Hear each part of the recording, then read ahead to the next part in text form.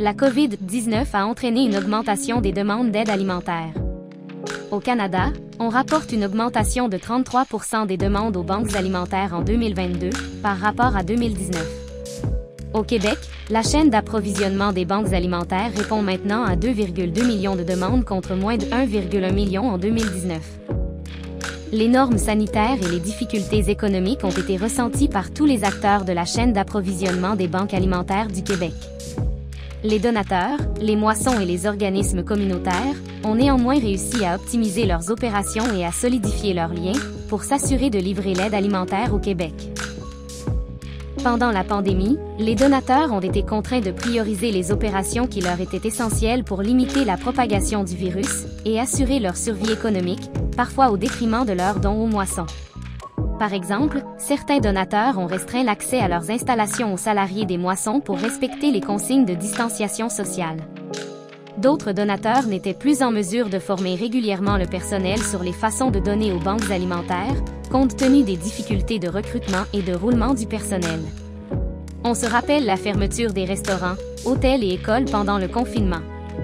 Les consommateurs ont donc multiplié leurs achats dans les supermarchés. En conséquence, plusieurs donateurs n'avaient que de faibles quantités de denrées disponibles pour les moissons. Pour faire face à ces enjeux, les donateurs ont adopté des nouvelles pratiques. En effet, des fédérations de producteurs se sont mobilisées davantage pour faire des dons aux moissons. Des activités et des événements au profit des moissons, tels que des collectes aux caisses des supermarchés, ont été organisés.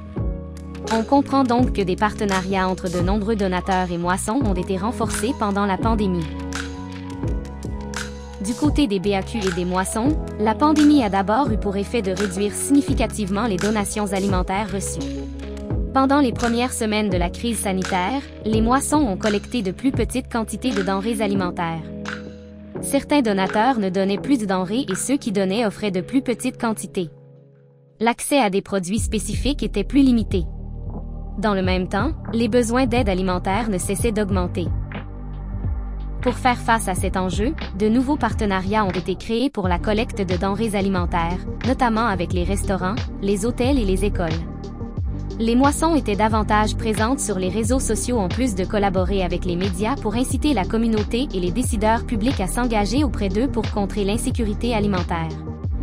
Par ailleurs, elles ont effectué des achats pour compléter les dons insuffisants de denrées et ont loué des espaces de stockage supplémentaires pour faire face à l'incertitude et la variabilité de l'approvisionnement. Pendant la pandémie, les moissons ont dû mettre en place des stratégies pour limiter la propagation du virus. Elles ont dû réduire au minimum le nombre de bénévoles dans leur entrepôt, alors que la quantité de denrées alimentaires à redistribuer aux organismes communautaires et aux bénéficiaires augmentait de manière significative. Les moissons ont relevé ces défis en adoptant de nouvelles pratiques, telles que la désinfection des lieux, la distanciation physique et le port du masque. Elles ont optimisé leurs opérations et mis en place des procédures pour sélectionner les bénévoles ayant l'expérience la plus adaptée à leurs objectifs. Les moissons ont réussi à accueillir moins de bénévoles tout en traitant et redistribuant davantage de denrées alimentaires. Les organismes communautaires ont eux aussi vécu de nombreux défis liés à la COVID-19. En effet, leurs lignes téléphoniques étaient saturées. Les visites ont augmenté, voire triplé, dans certains organismes. De nouvelles personnes demandaient de l'aide alimentaire et n'avaient jamais eu recours aux services d'aide alimentaire auparavant. Les organismes communautaires n'avaient pas assez de denrées ou manquaient d'espace pour les entreposer. De plus en plus de personnes souffraient de problèmes de santé mentale et des mesures sanitaires strictes devaient être mises en place. Pour maintenir leurs services, le réseau des organismes communautaires s'est organisé, grâce à l'appui des moissons avec lesquels les liens se sont renforcés. Les moissons se sont engagés à augmenter le nombre de denrées distribuées aux organismes communautaires. Plusieurs des moissons ont offert un service de livraison et ont adapté rapidement la quantité de denrées à distribuer à chaque organisme communautaire. Les bénéficiaires des organismes contraints de fermer ou de cesser leurs activités ont été accueillis par ceux restés ouverts.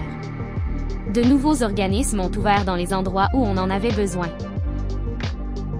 L'État est intervenu à plusieurs reprises pendant la COVID-19 pour atténuer ses effets.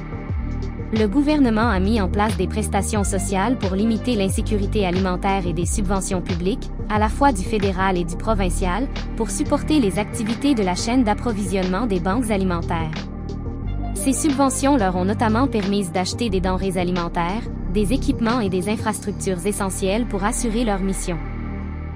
La pandémie a révélé la solidité du réseau des banques alimentaires du Québec et l'importance du maintien de ces opérations dans la lutte contre l'insécurité alimentaire.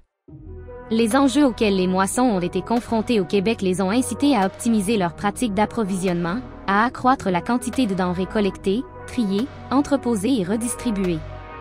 Les moissons ont renforcé leurs liens et leurs mécanismes de collaboration avec les donateurs et les organismes communautaires. Elles ont aussi pu saisir les opportunités qui leur étaient offertes, notamment à travers des programmes de subvention. Toutefois, aujourd'hui encore, les banques alimentaires du Québec manquent de denrées pour répondre adéquatement à l'ensemble des demandes d'aide alimentaire.